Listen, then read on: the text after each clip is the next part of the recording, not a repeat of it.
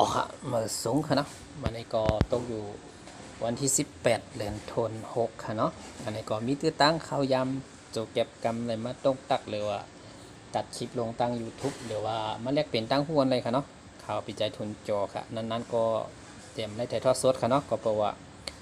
โดยกลถ่ายทอดสดมันนำหนาอันละมันเป็นทางปอเฮารัดกันเจจัดก็อยู่ก็เลยก็เฮ็ดเลยค่ะการเจจัดปอเฮาฮักได้ใจเฮาป้าวัสนาเป็นหมอฮักจึงหือ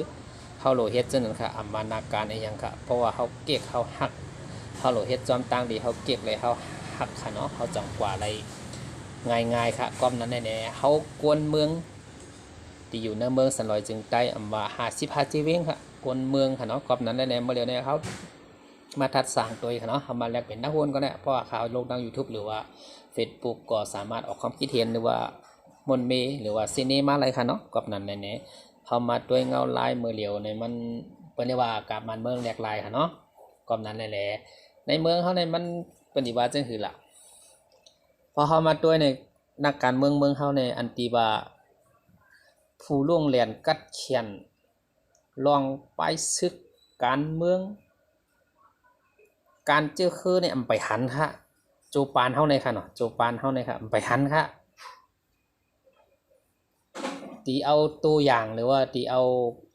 ตีต้วยจ้อมหรือว่าตีเฮ็ดจ้อมก็แล้วเนี่ยไปมีค่ะในบ่เหมือนในต่างวนค่ะเนาะต่างวนค่ะในโจปานเฮาในค่ะเนาะกอบนั้นเลยเนี่ย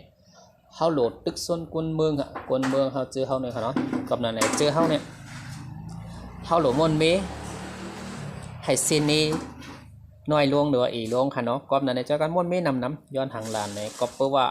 ซึกเฮาในมันเหมือนว่ามาเจ้าสังขาภาคกะสังขายาหันตุกย้อนค่ะตุกย้อนมาข่าวตังเกือบ20ปี30ปีค่ะเนาะให้เขาเจ้าเป็นอันเดียวกันมันเปลี่ยนไปค่ะมันเป็นค่ะมันเป็นอย่างที่คนเมืองตุกย้อนค่ะเนาะตุกย้อนเห็มก้ามไปมาพิดกันโมกันเนี่ยมันเหมือนกับว่าปอบกวนเมืองเฮาแก่นแข็งก้นซึกเฮาก็ตียุกย้อนค่ะ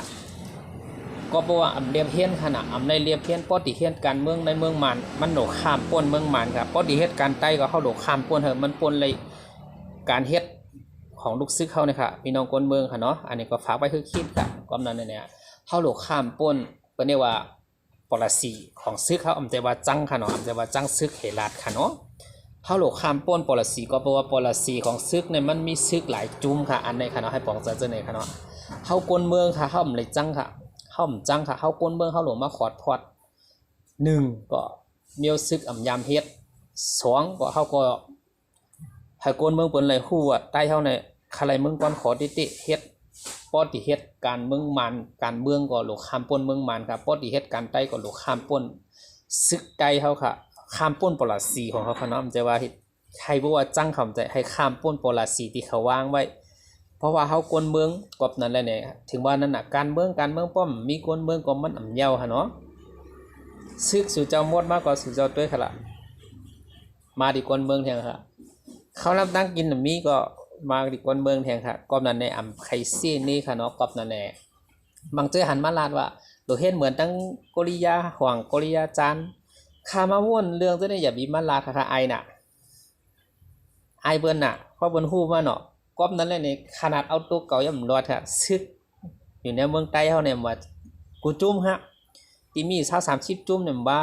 กูเจ้าคือค่ะเนาะเอาตัวมันรอดค่ะที่มาเฮ็ดกริยาของกริยาจานเนาะอัลโลลาดออกมาเนี่ยมันเหมือนกับว่าเขาโหลอ้วนด้วยว่าการที่เขาเฮ็ดอยู่กูวันน่ะการเจอจานเนี่ยข้าใครฝากถึงว่าตีมันมังกู้ค่ะเนาะใจว่าทั้งหมดค่ะกอบนั่นแน่อันตีคาไรเมืองใต้ก้อนขอค่ะก็เคยลาสิมันจิมีอยู่ 2% กวยอันที่ใครเป็นขี้คามันอันตีคาไรเมืองใต้ก้อนขอค่ะเนาะกอบนั้นเลยในฝากถึงผู้ใหญ่ก้นหลวงตีว่าลูกน้องตะเปสู่เจ้านั่นค่ะ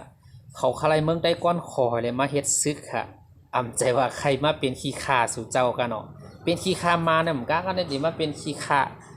เจ้าซึกยอดซึกโหหลงโหเปาหลงกูโก้ค่ะเนาะใจว่าเจ้าจะซึกสังสิงเจ้าอะไรครับเจ้าปังผ้าว่าเจ้าใจเลื่อนว่าเจ้าขนทุนอู้อ่ะเป็นเจ้าเป็นขุนอะไรครับแต่ว่ามันจึงหือแหละเนี่ยเขาผมจะว่าซี่ค่ะเนาะอันนี้ก็เพราะว่าหลัดพิษก็คลองปั่นในนานำค่ะเนาะก็นั่นเนี่ยมันเป็น เจ้าเป็นขุนอะไรเนี่ยกึ่งตั้งชื่อเสียงใครอยู่ที่ขาดใครวนซึ่งไหนค่ะเนาะอันนี้ก็ฝากเป็นไปวนค่ะเนาะในซีนนี้ค่ะเนาะเป็นเจ้าเป็นขุนกูโก้ค่ะอยู่ในเมืองใต้เฮาในแต่ว่าเฮามาทัดสร้างด้วยว่าลายเฮ็ดจ่องมันอัพกึ่งเรียกกับชื่อเสียงตัวเก่าค่ะจ่องมันแอบไปไล่ตั้งหน้าในไล่มาจึงคือการเฮ็ดการจื้อจัดใครด้วยค่ะเนาะใครหันใครอันนี้ก็แบบนะถ้าสร้างค่ะเนาะแต่อะไรมาซีมันนี่ค่ะเนาะเพราะรัฐผิดก็เป็นทางคดียอมรับตั้งผิดตีขาดลาดค่ะเนาะก็ประมาณออกโลกโซเชียลออนไลน์เผื่อใครซีนี้มาเผื่อใครว่าซึ่งถึงมาก็อันนั้นก็ต้องยอมรับค่ะกอบนั้นเลยเนี่ยอันที่ขาดลาดกันในความมันมาจากใจค่ะเพราะว่าตีมาลาดกันจื้อจัดมังโก้ก็เดียวเพราะเมื่อกี้มันมาเฮ็ดขาดลาดเมื่ออยู่วีค่ายดังออนไลน์เห็นรัดกับจิ๊กนี่ก็เจอในขณะเขามองกันเก็บหนาเขาไว้ใจเก็บหนาพี่น้องไต้เขาเนี่ยเนาะไว้ใจเก็บหนาก็ป้อมใจความจริงหรือว่าป้อมใจลองตี้จังนี้มันห่มตันดีจะลำฮะห่มเฮ็ดอะไรก็ห่มเมียงก้นอันเปิ้นเฮ็ดอะไรค่ะแหละที่อันเปิ้นมีตั้งพัฒฐานให้แลมีไปวนแหละยกคือเปิ้นค่ะแหละเฮาอย่าไปมายึดติดนะเนาะความไทยมันเนี่ยอย่าไปมายึดติดหรือว่าอย่าไปมากำไว้ทั้งไกวค่ะการเจื้อจานหรือว่าการเมืองในเฮ็ดทั้งไกวมันได้เฮ็ดจุ่มเดียวกันไรค่ะบ่พร้อมกันขนาดนั้นอันนี้ก็ฝากถึงคนเมืองค่ะเพราะใครเฮ็ดการเมืองในเมืองไต้ก็หลวข้ามป้นปรสีของซึกไต้เหือว่าซึกกูเจ้าคือค่ะเนาะเฮาหลวข้ามป้นลองเจอหน่อยบ่ได้เฮ็ดการเมืองในเมืองมานก็หลวข้ามป้นปรสีของซึกมานน่ะมันมี2รองในไว้ค่ะกอบนั้นเลยแน่เฮาอย่าไปกังปูกังปาจอมเจ้าเขามายึงกันค่ะเนาะใจว่าเฮาจอยเฮาก็โหลจอยค่ะกอบนั้นแน่ๆใครฝากถึงว่าเพราะเฮาดีจอยเฮามันเป็นจอยเป็นกอบเป็นกำอันนี้ก็ใครฝากถึงจุ้มจะอยู่ในเมืองไทยค่ะเนาะปีวนเลียววนลองใหม่ๆปีเจียนจ้าลองใหม่ๆรีมาเรียกเปลี่ยนตั้งคู่กันเลยค่ะอย่าปีเอาจุ้มก็จุ้มไม่ใหญ่ค่ะก็เพราะว่าเอาจุ้มก็จุ้มไม่ใหญ่ย้อนบนนั้นแน่ๆซึกเขาก็จังว่าเอ็นแห้งก็เต็มทวนจุ่มเฮาก็นำละลายไว้เพราะเฮาจุ่มเฮานำละลายเฮาจอยกันติดทวนแต่ก็เป็นแห่งเมียวค่ะเนาะก็แบบในฝากถึงจุ่มในเมืองไทยด้วยค่ะมาจุ่มเลยค่ะหันหน้าหากันได้แล้วค่ะให้มันเป็นจุ่มเดียวเฮาจอยก็ให้มันเป็นจอยกันทีเดียวเนี่ยให้มันตกอยู่ในเมืองไทยเฮา50 จีเวงกูก็ย้อนมาสูงค่ะเนาะพอแคมก็อย่าลืมจอยกดไลค์กดแชร์ปันค่ะ